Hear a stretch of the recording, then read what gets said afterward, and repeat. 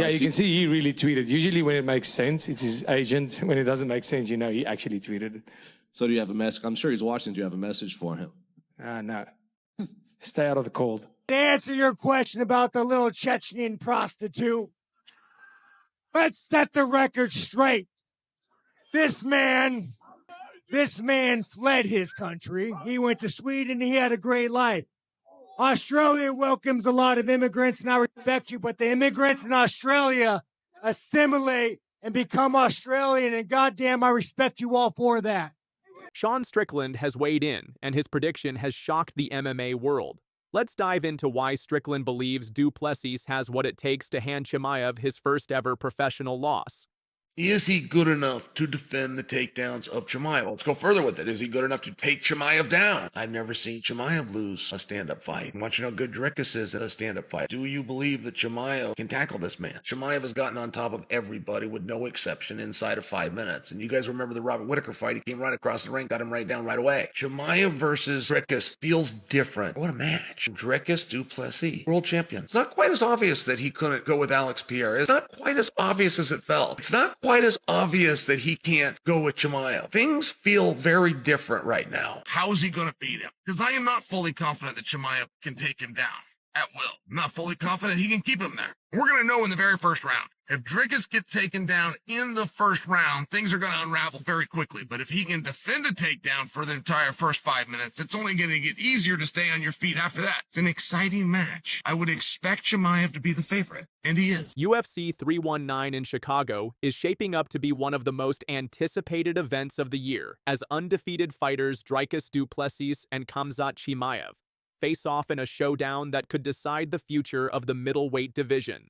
Both fighters have built near-mythical reputations, with Chimaev steamrolling his opponents with brutal grappling and Du Plessis delivering powerful knockout after knockout. But one thing is certain, someone's perfect record will go up in flames come August 16th. Fans are buzzing with excitement, but no one has weighed in more boldly than Sean Strickland, who has a unique perspective on this clash. Strickland has faced Du Plessis twice in the cage and has trained with Chimaev in the past. So when he speaks about this matchup, fans listen. Coming off this, what do you think would be the highest-selling fight? A trilogy fight with Dricus, the undefeated Khamzat Chimaev, or Israel if he wins this weekend? The Khamzat, dude, the Chechen fucking whore, bro. You want that? Anybody who fights that guy's gonna get a fucking paycheck, dude. The fucking Chechen whore. Everyone, says he looks so great against Rob. It's just going to be a coronation. Like, do you want to prove all the people wrong that he's not all that? Fucking A, dude. You went hard. You fought a guy who came out really fucking flat. Who doesn't give a fuck. It's like, like Rob is known to either be a fucking superstar or a fucking can, and he was a fucking can. He was just met with too much pressure. It's like, dude, nah, man. After I'm done with fucking Chimaev, I'm just gonna go back to fucking peddling crypto scams. Do you think you fight all three of those guys, though? Like, all three of those fights I just said, do you think they happen at some point? I don't give a fuck. I don't give a fuck. I mean, Chimaev would just be fun just to fucking roast him. You know what I mean? Like, who is fucking Chimaev, dude? You fled your shitty fucking country to go have a better life in Sweden. You go back because your family's persecuted. You go back. You suck off with the same fucking dictator who probably made your life a living hell. You become a fucking Chechen whore. He starts pulling the leash on you. He's like, he fucking owns you. The leash gets fucking too tight. You flee to another fucking country, and then you what else? And then you start doing crypto scams. Like, that day, dude, yeah, could you fight? You could fight, dude, but you're not a fucking man. I know you're not a man. You know you're not a man. The whole fucking world knows you're not a fucking man. In a recent interview with Helen Yee, Strickland shocked fans when he gave his honest take on the UFC 319 fight. Despite losing to Du Plessis twice by close decisions, Strickland believes that the South African has what it takes to end Chimaev's undefeated streak. Strickland, I sparred the Chechen he hands down, I think Dricus wins. I've been training with these old terrorists forever. It's just gonna come down to, are you gonna be able to stop that and counter-wrestle him? Yes, Strickland's choice of words might be controversial, but his point is clear. The key to beating Chimaev lies in neutralizing his wrestling. Strickland has the experience and insight to make this prediction, and his confidence in Du Plessis is undeniable. He believes that stopping Chimaev's takedown isn't as difficult as many think. Khamzat Chimaev has built his entire reputation on his relentless grappling and suffocating style. From ragdolling Li Jingliang to dominating Kevin Holland, Chimaev's wrestling has left a trail of destruction in its wake. His performance against former champion Kamaru Usman showed just how dangerous his grappling can be. On the other hand, Dricus Du Plessis has proven he's not just a striker. With a heavy-handed knockout game and the ability to maintain a high pace, Du Plessis isn't afraid to engage in the trenches. He's shown he can push deep into championship rounds, even wearing down Sean Strickland in their rematch and finishing Robert Whittaker in round 5. Strickland's prediction? Du Plessis has the tools to fight Chimaev's grappling and deliver a fight that Chimaev isn't used to. One of the major questions surrounding this fight is Chimaev's cardio. While his early round dominance is undeniable, his endurance has been questioned. In his bouts with Gilbert Burns and Kamaru Usman, Chimaev's cardio seemed to waver in the later rounds, and UFC championship fights last 5 rounds, not 3. Du Plessis, on the other hand, has proven time and again that he can push through fatigue and still deliver a fight-winning performance. Strickland believes this will be a critical factor. If the fight goes deep into the rounds, Du Plessis' conditioning and ability to keep the pressure on could make all the difference. Will Chimaev's stamina hold up, or will Du Plessis' relentless style grind him down? The stakes couldn't be higher. With both Chimaev and Du Plessis boasting perfect UFC records, UFC 319 will not only crown a new contender, but could also send shockwaves through the middleweight division. Chimaev is aiming to solidify his place as one of the most dominant fighters in UFC history, while Du Plessis is looking to prove that his unique skill set and relentless pressure can overcome Chimaev's dominant grappling. Strickland's inside knowledge of both fighters makes his prediction particularly intriguing. While some might dismiss it because of Strickland's past rivalry with Chimaev, it adds a unique layer to the narrative. One thing is certain, fans are in for a thrilling ride at UFC 319, and the fight between these two undefeated juggernauts is one you won't want to miss. The longer you fight in mixed martial arts or boxing, whatever it may be, you're eventually going to lose. What was the case with John Jones? Well, he did lose. He lost Matt Hamill. Yeah, no. Yeah, he fucking lost. He broke the rules. I'm going to go ahead and go with Toretto. Whether you win by second or 5 miles, winning is winning. That's what goes in my mind, right? Like, has John Jones ever got, finished or whatnot? No, he has not, right? But he did get disqualified, which led to a loss. And so he has lost before. But let me think. No, I mean, he's got a loss. Rogan doesn't shy away from his admiration for Mighty Mouse, and even called him the cking man. Johnson had just reclaimed the one championship title after a rematch victory. But Rogan dropped a bombshell in the conversation when he admitted that Rogan didn't deny Johnson's skill. He acknowledged Johnson's incredible reign as the flyweight champion with a record-breaking 13 consecutive flyweight wins. But the real issue Rogan suggested was size. Mighty Mouse was less recognized because he was small, Rogan said, drawing a sharp contrast between the towering John Jones and the diminutive Johnson. While Johnson dominated his division, including holding the record for the most UFC title defenses until John Jones surpassed him in 2024, he was always overshadowed by the giants in the sport. Heavyweight fights sell because they involve the big guys, the athletes who are larger than life and command a larger-than-life fan base. Johnson's size was always going to be a hindrance in the eyes of the mainstream fan base, no matter how good he was. Yet, despite all that, Johnson wasn't seen as a star on the same level as John Jones. Johnson's UFC exit in 2018, which saw him move to one championship for better pay, only highlighted the financial disparity and lack of recognition he faced in the UFC. Despite being arguably the best fighter in the promotion, his marketability was limited due to his size. Rogan isn't the only one who has noticed this. The size disparity between John Jones and Demetrius Johnson is at the heart of their differing legacies. Jones, at 6'4" and with an intimidating frame, has become a household name. He's fought and defeated the biggest names in MMA, including Daniel Cormier and Alexander Gustafsson. God, you fucking suck. I wish they would let me next door so I can spit in your fucking face.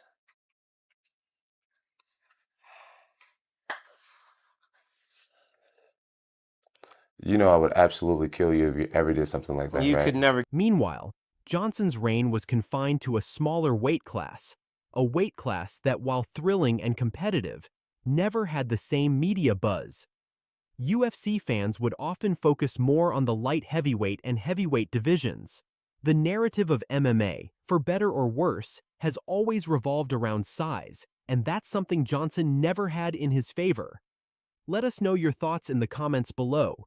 Do you think Demetrius Johnson's size played a major role in his UFC legacy? Was he underappreciated? And where does Jon Jones rank among the all-time greats? Be sure to like, share, and subscribe for more deep dives into the world of MMA. Don is a concern. They don't know what to do with me if I'm not champion. And if Tom beats me and he doesn't give me a rematch, or they won't guarantee me a rematch, what do they plan to do with me? Again, an understanding to the inside of Jon. If that in fact is accurate information, that Jon is worried about an immediate rematch and doesn't believe he's going to get it, you can look at the board and see that he's 36 and on his way out, and this guy is 20-something on his way up. And he even questions why they left the belt with him, to the point that he's saying, if they knew what to do with me not as champion, they'd have already done it. That's very objective. So is it as simple as guaranteeing Jon a rematch? Very interesting point. Jon Jones and Tom Aspinall. The fight we've all been waiting for is on the horizon, but there's something standing in the way Jon Jones's major concerns. What's going on? Why has Jon Jones been so hesitant to face Aspinall? And could we be witnessing a serious shift in the heavyweight landscape? Let's break it all down. Most of the guys who are doing the absolute worst are not in a position that they could say publicly, I have a second job. I'm borrowing money from my parents. Right. I know so many fighters that are living in the Jackson's MMA gym because they can't afford to have their own apartment. And they're UFC fighters. And they just fought. So this is sad. And if I have to have a bad relationship with Dana, sit out for 2 years, 3 years, to bring light to what's happening, then these are the things that people remember you for more than winning belts. It's a real thing. The mental health aspect is a real thing. I just had a situation, honestly, about 2 days ago. I was talking to my wife, and I was just telling her, my fiance, I was just telling her all the different things that were on my heart, whether it's expectation or standing up in front of the monster audience today and talking in front of that rally. Little things, just all these little things start to add up on you. They seem minuscule, but they can really become overwhelming at a certain point. And I was telling my wife that I was embarrassed because I have a lot of good problems to have, but I have a lot of shit on my plate. It just started pouring out to her, all the little tiny things that was on my heart and unfinished projects and all these little things. And bro, within like 2 or 3 minutes, she was able to completely change my outlook on everything that was happening in my life. So here's the deal, folks. Jon Jones, the undefeated UFC heavyweight champion, is reportedly extremely concerned about one thing when it comes to his potential fight with Tom Aspinall. Despite fans around the world clamoring for this showdown, Jones has been surprisingly unenthusiastic about this matchup. Why is that? What could possibly have him worried? Some say it's money. Colby Covington has suggested that Jones is asking for too much cash to fight Aspinall, and that's why the fight isn't being booked. But there's more to this story. UFC interim heavyweight champion Tom Aspinall has his own theory. He believes Jon Jones is concerned about his skill set. Could Aspinall's rise to the top be something Jones is not ready for? You said you could take me down 100 times out of 100 times, right? And that's what you're going to do, right? I challenge you to get me down 5 times in that 5-round fight. You won't be able to do that. There is nothing you can do to stop me from coming at you round after round with the most malicious techniques I know. You will lose this fight, Daniel Cormier. I want you to believe it. Every ounce of training you put in leading up to this fight will be a waste of your life.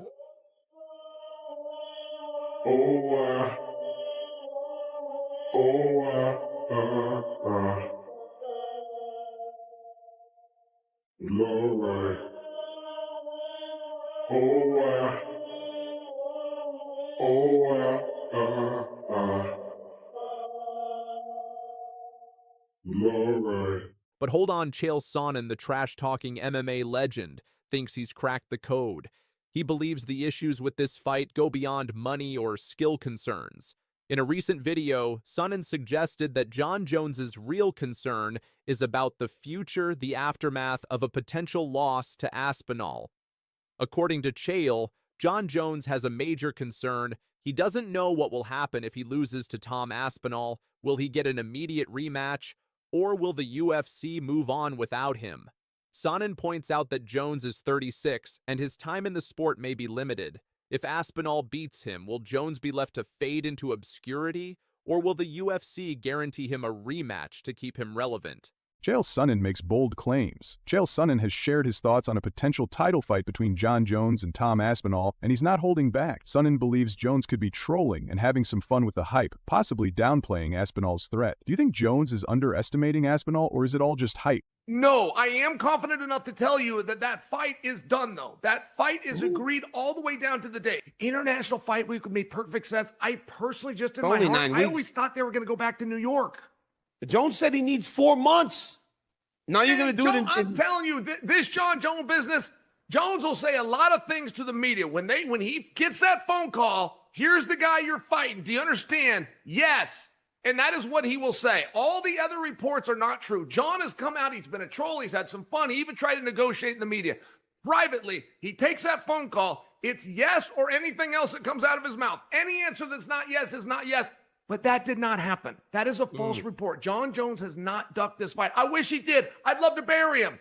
He didn't. He did not duck Tom Aspinall. Now, let's talk about something even more intriguing. Jon Jones's comments on Tom Aspinall before this feud started. Back in the day, before any animosity kicked in, Jones wasn't exactly singing Aspinall's praises. In fact, he was dismissive of Aspinall's talents, calling him just another rising star with little to prove. But now, things seem different. Jones's dismissive tone has shifted. Could it be that Jones is starting to realize that Aspinall is a real threat? Is this the moment when Jones finally sees the rising heavyweight as a danger to his legacy? It's hard to ignore the fact that Jones might now be questioning his previous assessments of Aspinall. He changes nothing if I beat him. Beating Tom is just like beating Cyril Gain. Has a whole country behind him. He's hot right now. What happens to me after I beat him? Nothing changes for me. I'm not ducking Tom Aspinall. The Tom narrative came out of nowhere. He won a belt and now suddenly I'm ducking him. I've never had negotiations to even fight him, if this makes sense. If I'm being completely honest, I feel like Tom's been such an asshole that I don't want to do business with him. And obviously, you don't get this far in a career being affected by fans or whatnot. But he's just an asshole. With he's 30, so he's from this influencer generation where you hop online and the T-shirt sales and all that.